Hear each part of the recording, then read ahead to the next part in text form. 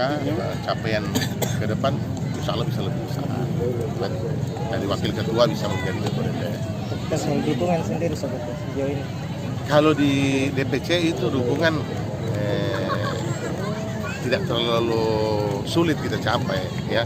Yang ada adalah kesepakatan dan musyawarah pada akhirnya. Kalau DPC itu pada akhirnya semua mau ikut apapun yang dipikirkan oleh teman-teman. Target-target seperti apa? Enggak. Saya kan biar bagaimana secara emosional, personal punya tanggung jawab moral terhadap partai ini. Kenapa? Yang pertama, Ibu Alia itu menjadi anggota DPR RI itu adalah kader Demokrat dan sudah mendapat amanah dari masyarakat selama 20 tahun.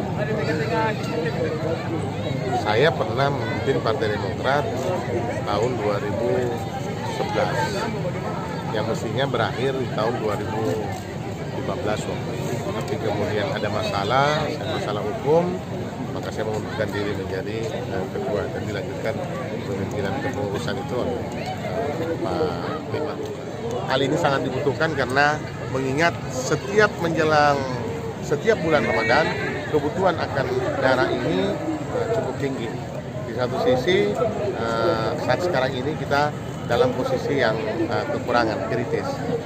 Hal ini memang disebabkan karena ada situasi yang menyebabkan pendonor agak tertunda untuk melakukan kegiatan donornya karena ada vaksin.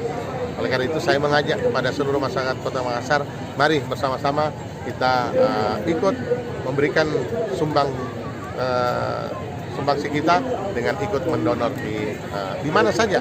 Malam hari ini ada tenda Palamera di Al-Markas atau di markas di Kandea juga enggak jadi masalah. Terima kasih. Assalamualaikum warahmatullahi wabarakatuh.